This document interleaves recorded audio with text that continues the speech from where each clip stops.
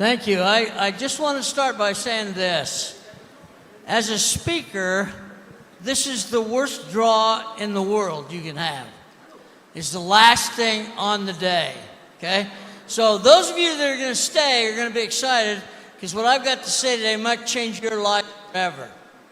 So I want you to pay attention. I built this little session. I lost a leg, so I'm going to sit down if you don't mind.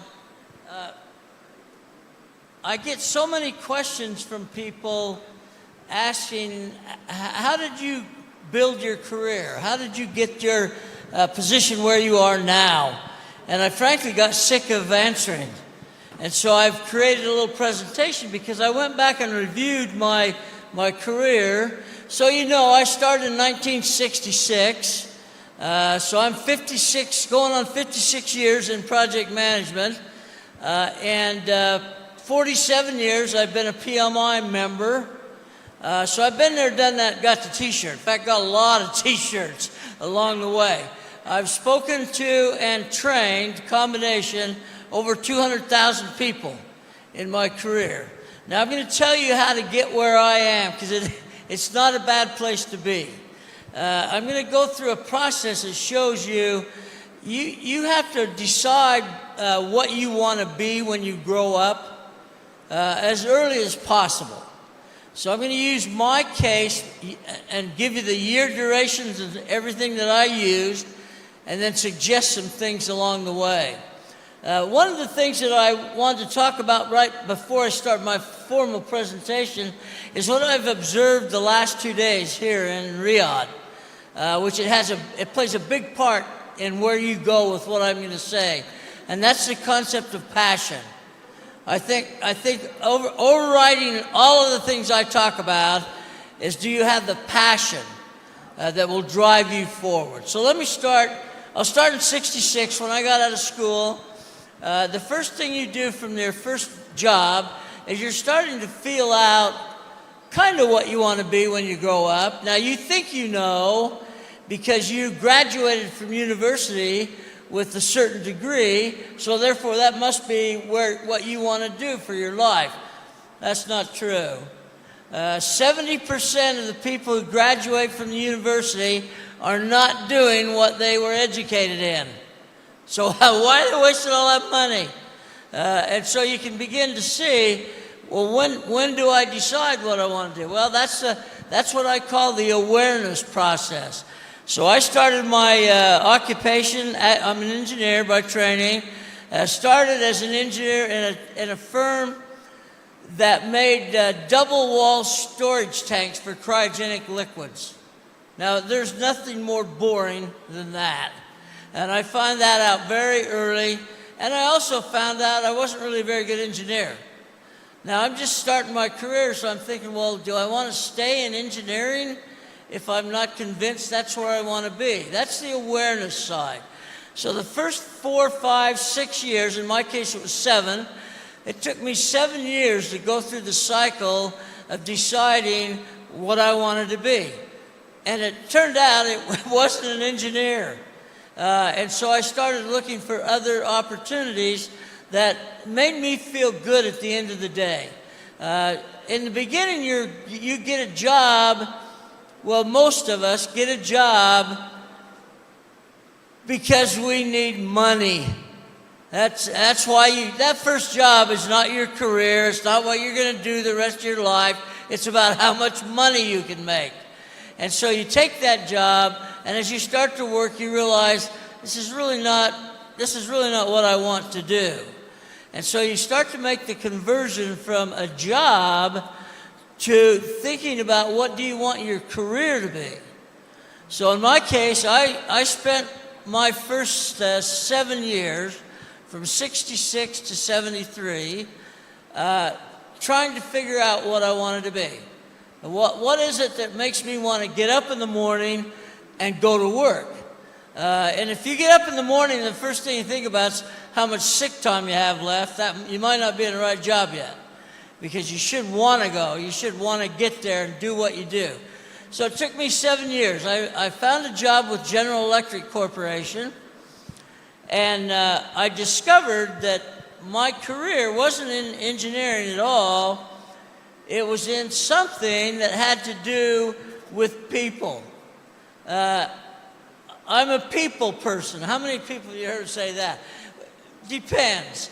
But in my case, what I found was I didn't, in fact, I made this a position, I don't like work. I never did, never have, and don't ever plan to. So when I got to General Electric, they were in need of some training people. And they wanted people to train their 300 engineers in one of my divisions. They wanted them to train them on project management. Now, I didn't know jack about project management really at the time, but like some of you, I read a book and suddenly became an expert and found out what needed to be done. Now, the way it happens, and this is called the career portion, as you start to look at, this is what I enjoy. This is something that I would do every day, day in and day out. If I make money, good, but if not, at least I feel real good about what I do. So I did that for 7 years with General Electric, and that's really how I discovered project management as a career. After 7 years, I was ready for that. So I started training people, felt good about it, got good feedback. You know, you got to get good feedback. And I thought, well, I think this is the way to go. And in 1978, I thought, well, I should join an association that deals with my profession that I've chosen. So I joined PMI in 1978. From that point on, I started to move towards the back end of my career. In other words, I went through the job cycle. Then I went into the career process. Now, during this process, you're honing your expertise. You're taking classes, you're doing illustrations, you're doing presentations, you're getting better at what you do. By the time I got to 1984, now some of you might remember the PMP. Is anyone familiar with the PMP?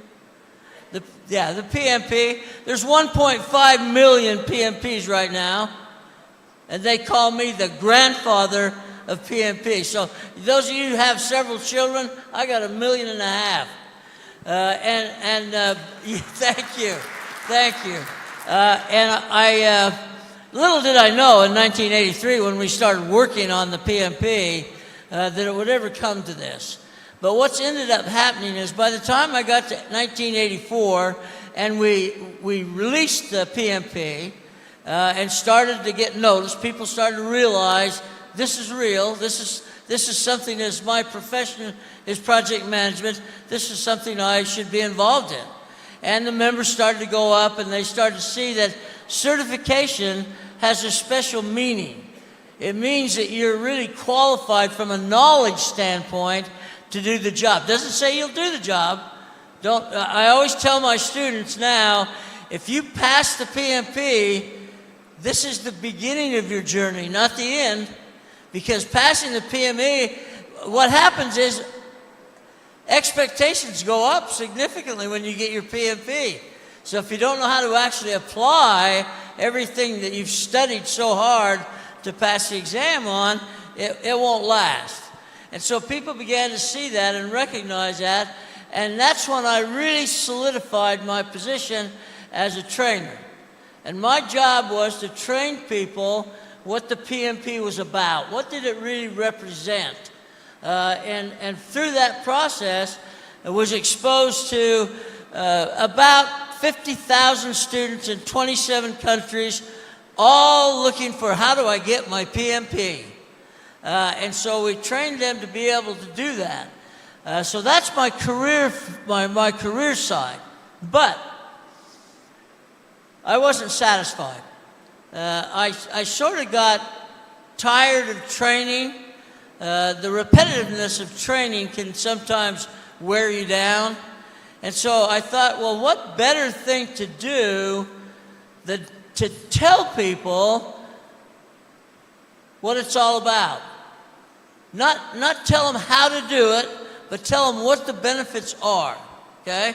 And that's what I want to talk about a little bit now, is that from about 1984 until now, I've been in a process called the calling.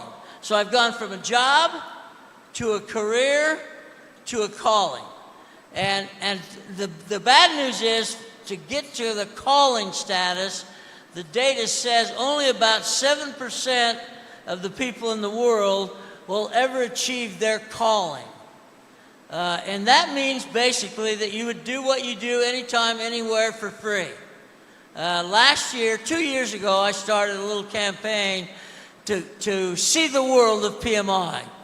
In that 2 years, I traveled to 51 different countries and made about 85 presentations. This is the part that'll interest you. Free. Free. Free. And that's what calling people do. Now, a lot of people have suggested I should be a pastor. Because my calling, people want to give me stuff. After I make presentations, I got shirts, I got shoes, I got banners. They want to give you stuff. And so the preachers that I know are quite wealthy. And they will tell you God takes care of them. Well, that's because they're good at what they do, and they realize that he's a conduit. The preacher's a conduit. And that's what gets utilized. So for you guys, here's what you have to do, though. Passion, I mentioned first off. When you go to work in the morning, if you're not passionate about being there, if you're not excited about being there, you might want to think about maybe there's some other options out there. I think we lock ourselves into a job when we should be moving into a career. And in today's environment, what I've learned is these opportunities are there. Nobody's going to give them to you. Nobody's going to hand you these opportunities. You got to position yourself to take them. And that means, in the world of project management, that means networking. I started networking when I was about 22 years old, realizing that at some point in time in the future, that person that you took the time to get to know back in 1968 is going to be a very important person in your career. Everybody needs to network. That's what this meeting is all about. I don't know if you've seen me out in the rotunda there. All I've done is network. My tongue is tired. I've just networked all day long, in and out, networking. Because someday I need a friend. Someday I need someone to help me with something. That networking sets you up to do that. And the only time I've ever been, how should I say this, fired, hate to admit it, but I've been fired. It was General Electric, too. On a Friday, the guy fired me for obviously wrong reasons, but he fired me. On Monday of that next week, I went to work in another job that was one of my contacts from 4 years earlier, said, "You ever need a job, call me." So those of you who are thinking about this job market as it is, right now is a fantastic job market for project managers. We're saying that there's going to be 25 million new project people needed by the end of the decade. That's a lot of people, 25 million. 13 million of those are retirees. So there's 13 people, I was going to say older than I am, but I doubt that, as old as I am, that are going to stop doing project management. So we not only have to backfill the 13 million, we got to get 12 million more new people. So those people that are looking for what's a good occupational option, project management's it. It's people-oriented, it's detail-oriented, you can use your education, it's communications. All of the things that successful people do, project managers have to do those things. And they have to get good at them. And they have to build relationships. So as I look through the rotunda, walking around, everybody was out there networking, it wasn't just me. And you listen to some of the conversations, and you can tell they're positioning themselves for the future. Maybe I need this. If they hand you your business card, they're hoping you call, that they can help you, that they can get involved and help you do what you do.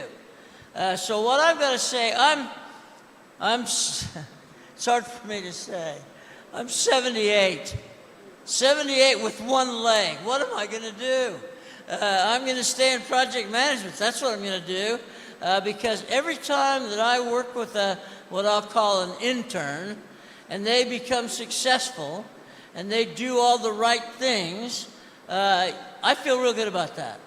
I still hear from people on a weekly basis that I trained 12, 15 years ago about their career and how it's expanded and how it's moved forward. And they thank you for doing that because you help them make those moves. You still have to own it. If you don't do the things that you need to do, you'll still be doing what you do today 20 years from now and complaining about it. So you've got to position yourself to take advantage of that. Once you've done that, then the next position is help others do it. Help others do it. They're your peers, they just don't know quite as much as you do right now. And so when we look at this whole idea of mentoring, this is a great option for people who really want to help people better at what they do, is mentor them. Take your brain and give it to them. When I used to change jobs, which I did every 3 or 4 years, the first person I would look up in my new organization is the smartest guy in the room, and then I would become his friend and suck his brain. All the knowledge that he had, it's taken him 10, 12 years to build it up. I just got it in 2 weeks. Mentoring is the way of the future. We can't take the time to learn by doing. We don't have time for that. That's so, well, you learn from your mistakes. We don't have time to make mistakes. We have time to draw on it. Now, AI, okay, AI. Whatever you do with AI, it can help in this regard. But I must say, all the AI people gone, I must say that we have become AI obsessed. It's like a drug, and we can't stop talking about it. I think Ike said it best. Know what your need is, know what your organization's capable of, let AI help you get there. But AI is not going to do the job for you. You're going to be able to take advantage of that. With the idea of training, AI is very important because they can automate the lessons learned process so that we no longer have to spend weeks and days and months going through what we did 12 years ago. We've got it all in captured data. So you've got to go into this with the right mindset. First of all, you have to like people, and some people don't do that. Some people don't like people. And I will give you so that you know you can transition. No matter how much you don't like people, you can transition. I'm going to share something with you. Maybe a couple people in the room know. I'm an extreme introvert. I don't like being in front of people. I really prefer to be by myself. My wife used to come to these sessions, and afterwards everybody would be congratulating, oh, that's so great, that's fun. And she'd stop, and they'd stop her and they'd say, isn't that great being married to that guy? And she'd go, try it.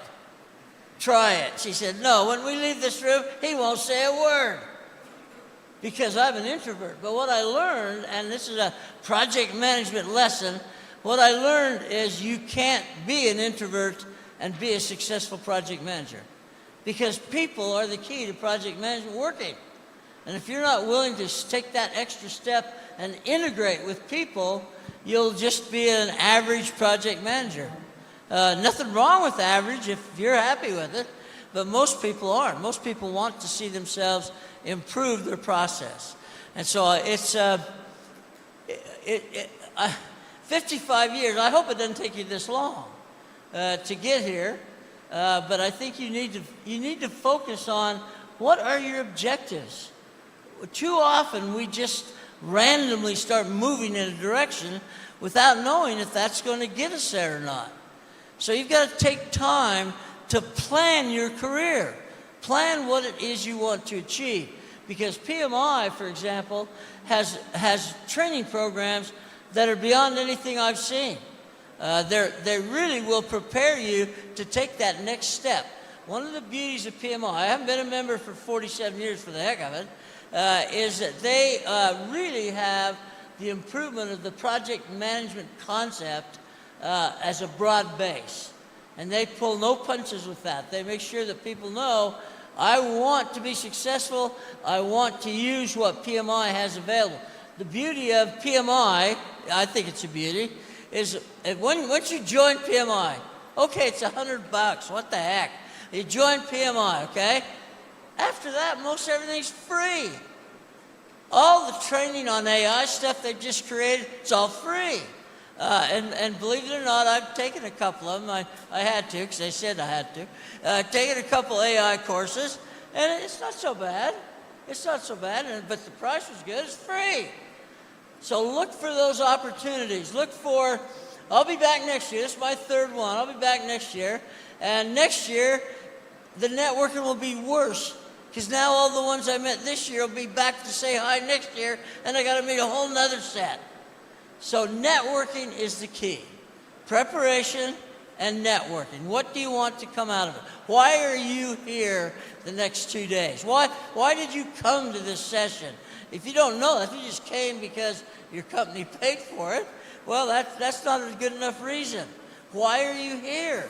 If you don't have a reason to be here, why are you here? All right, I'll take any questions. They're giving me the old time signal. So, yes, ma'am. We need a mic down here.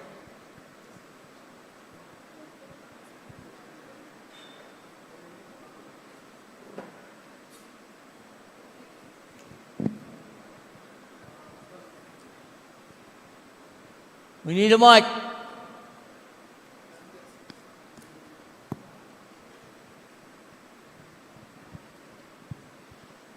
Lambert. Actually, I don't have a question. I have just to say what's in my mind and my heart for such a person who's a legendary, in my opinion. You have done a lot for the community of project management. You have done a lot for PMI, for all the things that you talked about, doing things for free. I've been there as a board member of PMI Lebanon chapter for 5 years. And now we stand all of us in front of you, and we really feel so humbled. You're an inspiration to everyone. I'm sorry, I'm emotional. But really, let us clap for Lambert. Now, just keep in mind, that was not a question. That was a speech. I paid her well to say all that. So that was great. No, I appreciate it very much. One of the things I'm most proud of is that I was named a PMI Fellow in 2009, and it doesn't get any higher than that. And it really is a conclusion of that move to the advanced part of calling, because you have to have 10 years of successive contributions. You have to be nominated. There's a very rigorous process that you go through. But all of that happened, and it will happen for other fellows as well, because I wanted to. No one ever told me you ought to go get the fellowship.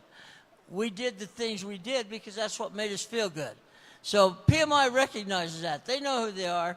And what I've seen here, and this is the third year in a row, there's more and more commitment to project management here in Saudi Arabia than I find in a lot of places I go, and I go a lot of places. So you should be proud of that. You should be very proud of that.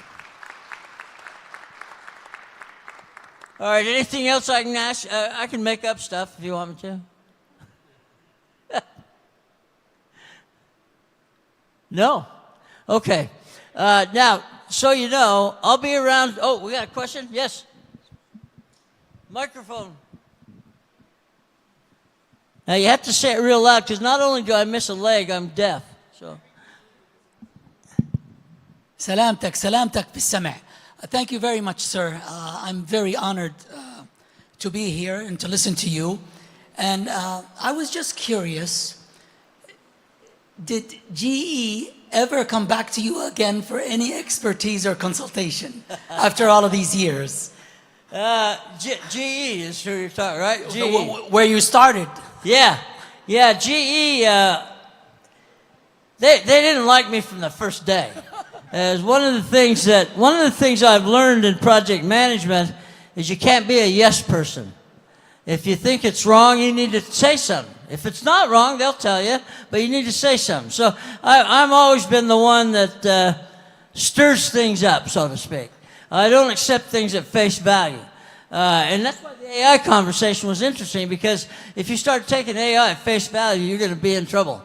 You got to make sure the valid good. So I went through the training. Now, I was able to get their 300 engineers qualified and certified for a government validation, so they were happy about that.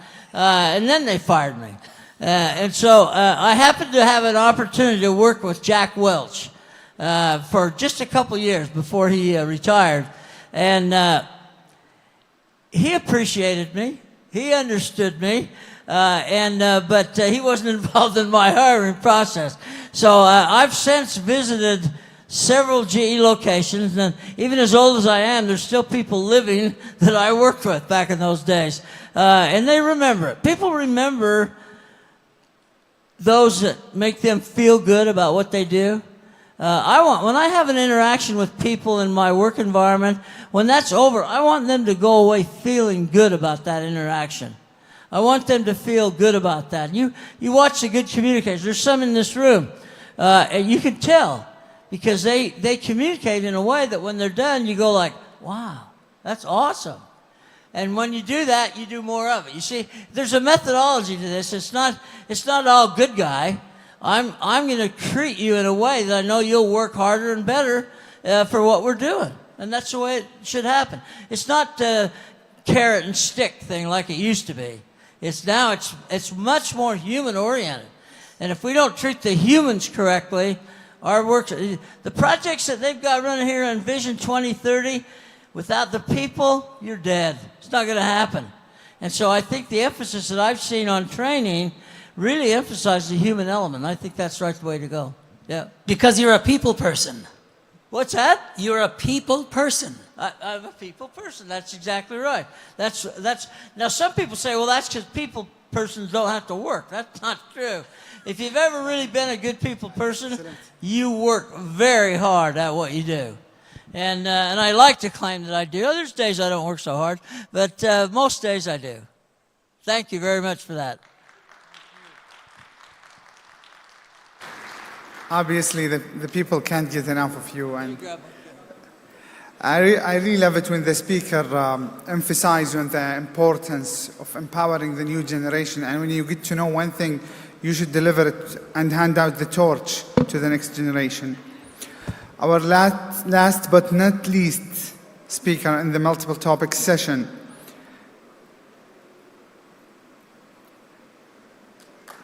the Vice President of International Business Relations in GPMF and the board member of a global